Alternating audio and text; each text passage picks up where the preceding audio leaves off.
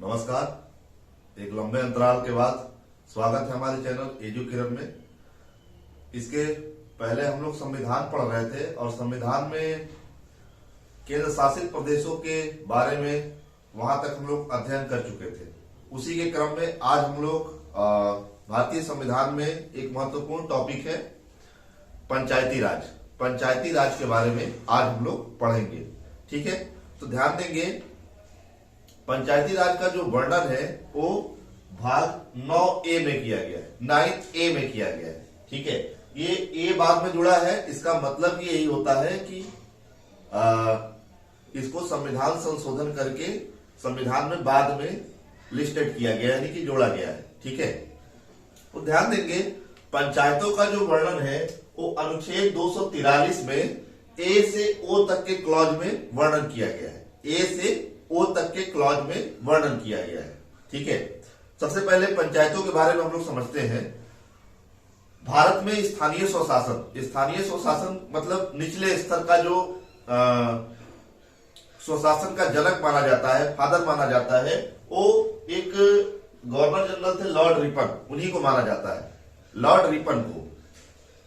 इन्होंने 1882 में ही सबसे पहले स्थानीय स्वशासन का गठन किया था। अर्थात पंचायती राज के यदि प्रणेता माने जाएं तो लॉर्ड रिपन ही होंगे। ठीक है, जिन्होंने 1882 में सबसे पहले स्थानीय स्वशासन का अवधारणा दिया और स्थानीय स्वशासन को बढ़ावा देने का प्रयास भी किया। ठीक है, उसके बाद हम लोग 1947 में स्वतंत्रता प्राप्त किए और उसके बाद भारत सरकार ने पंचायतों को गठित करने का एक स्वरूप तैयार किया और 1956 में एक समिति बनाई गई, बलवंत राय मेहता की समिति। बलवंत राय मेहता की समिति, बलवंत राय मेहता ने त्रिस्तरीय पंचायतों का सुझाव दिया, त्रिस्तरीय पंचायतों का सुझाव दिया, जिसे राष्ट्रीय विकास परिषद ने 1958 में स्वीकार कर लिया। ठीक है, 1958 में बलवंत राय मेहता की जो त्रिस्तरीय पंचायती राज का मॉडल था उसको राष्ट्रीय विकास परिषद ने एक्सेप्ट कर लिया और जब एक्सेप्ट कर लिया तो प्रथम पंचायत का गठन किया गया 2 अक्टूबर महात्मा गांधी के जन्म दिवस के दिन 2 अक्टूबर 1959 को नागौर राजस्थान में। ठीक है, ये प्रश्न पूछा जाता है कि भारत में सबसे पहले पंचायती राज का गठन कहां किया गया, तो ध्यान देंगे नागौर राजस्थान में। और उस समय हमारे देश के प्रधानमंत्री थे जवाहरलाल नेहरू। ठीक है, उन्होंने ही सबसे पहले राजस्थान के नागौर जिले में प्रथम पंचायती राज का गठन किया।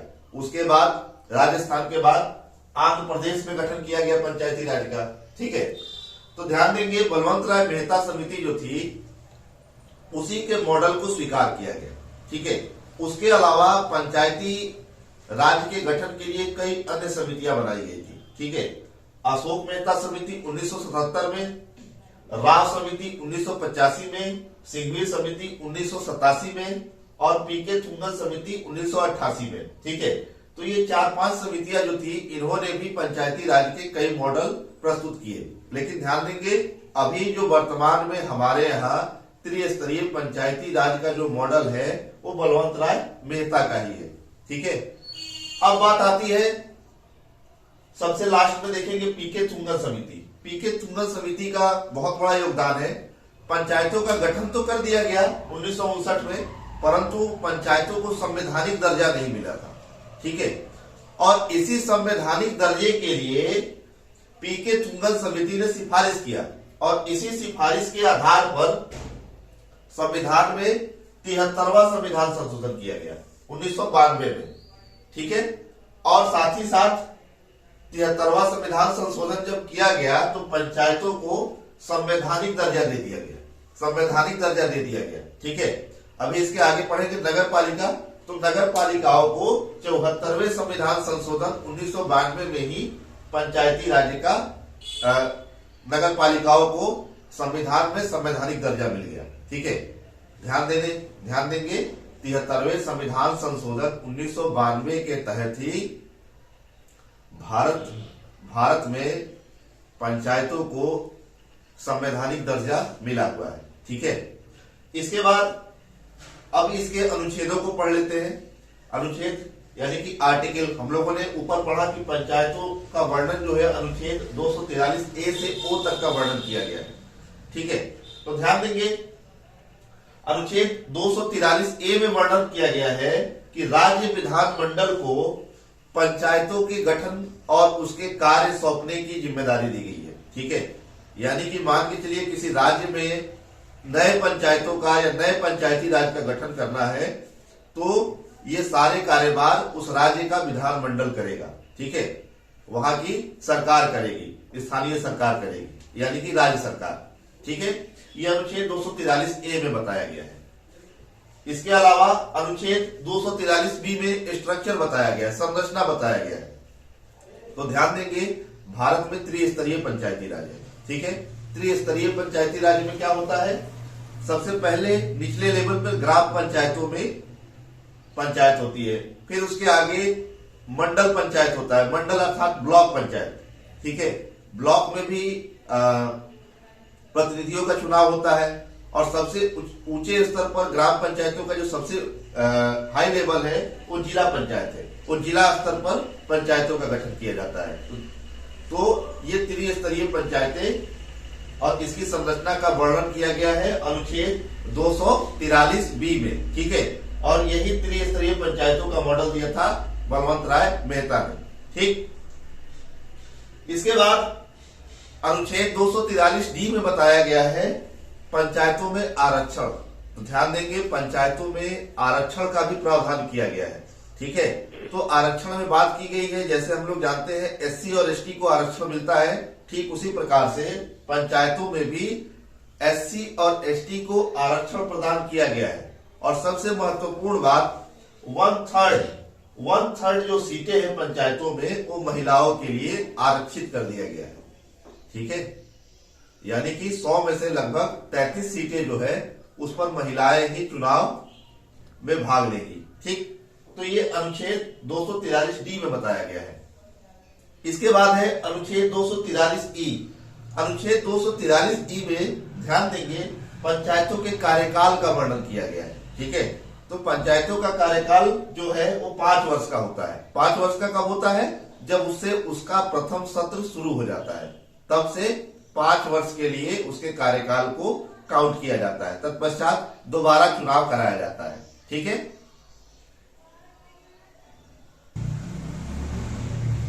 अनुच्छेद 243 एफ जो है इसमें एलिजिबिलिटी बताई गई है। यदि पंचायत ग्राम पंचायत का सदस्य बनना है तो आपके पास क्या योग्यता होनी चाहिए। ठीक है, तो ध्यान देंगे न्यूनतम आयु जो है 21 वर्ष होनी चाहिए।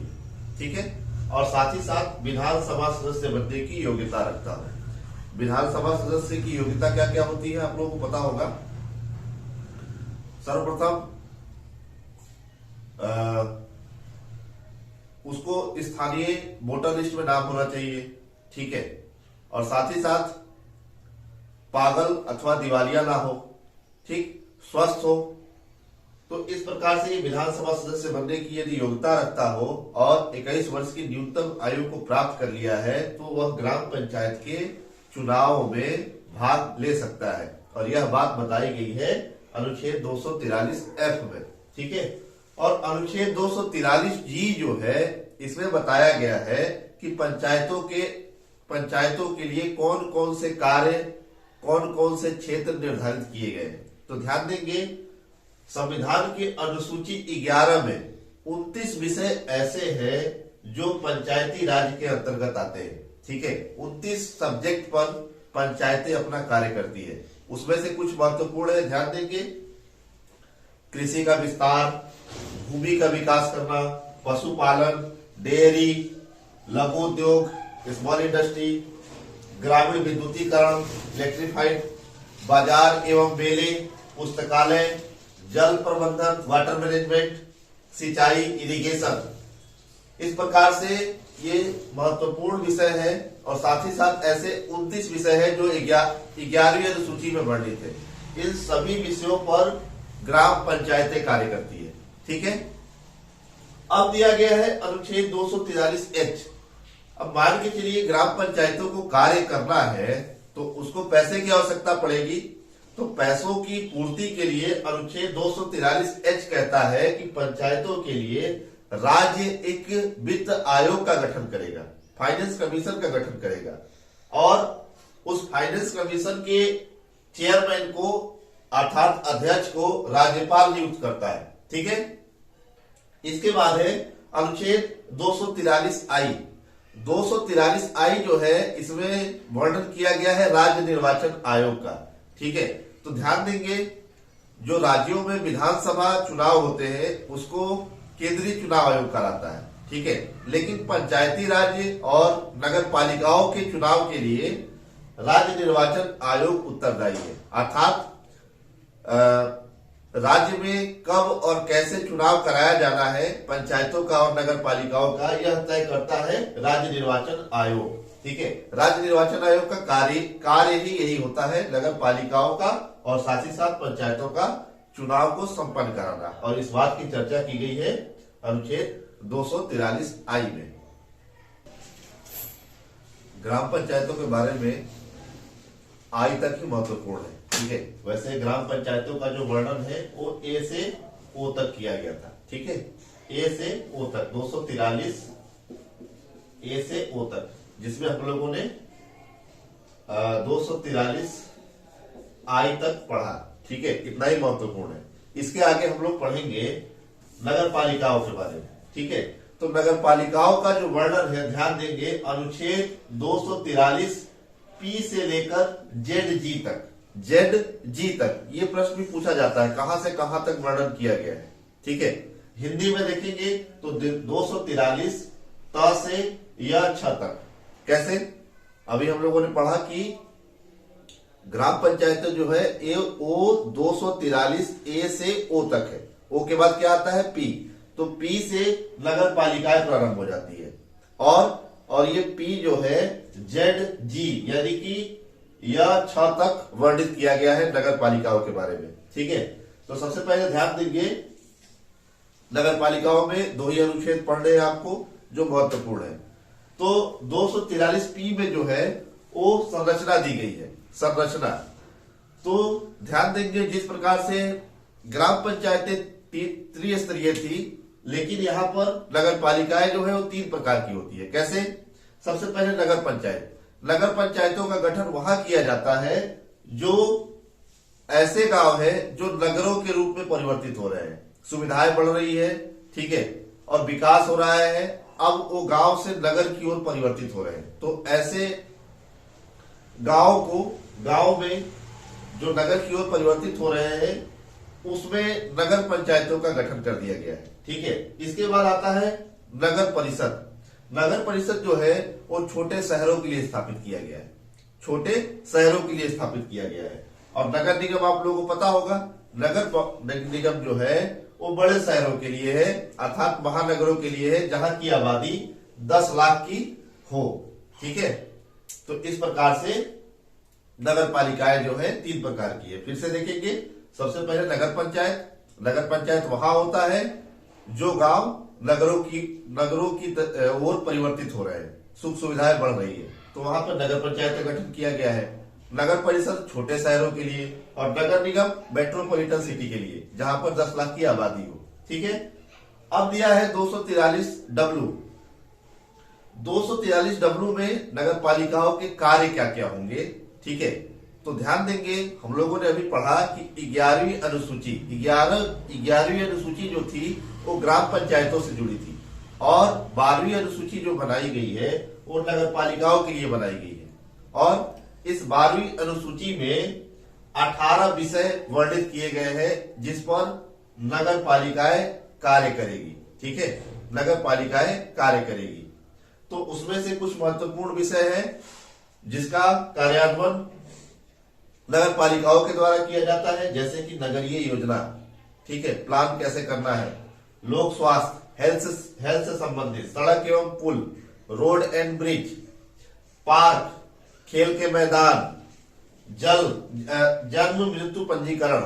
ठीक है। आप लोग देखे होंगे बड़े शहरों में नगर निगम के द्वारा जन्म एवं मृत्यु का पंजीकरण कराया जाता है। ठीक है। इसके अलावा पार्किंग और साथ ही साथ बस स्टॉप। तो ये सारे कार्य जो है ये अनुसूची 12 में वर्णित है और इन सभी कार्यों पर ऐसे 18 सब्जेक्ट है जिनका कार्यान्वयन और जिस पर कार्य और जिसकी रूपरेखा पूरी तरीके से नगर पालिकाओं के द्वारा तैयार किया जाता है। इसके अलावा कई अनुच्छेद हैं परंतु उसको नहीं पढ़ना है। नगर पालिकाओं में मात्र यही 2 ऐसे अनुच्छेद हैं जिससे प्रश्न बनते हैं। ठीक है, अब इसके आगे हम लोग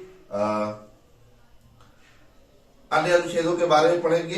ठीक है, हालांकि ये नगर पालिका और भाग 9(1) का पूरी तरीके से समापन हो चुका है। ठीक है, अब अगले वीडियो के लिए जल्द मिलते हैं, तब तक के लिए धन्यवाद। आपका दिन शुभ हो।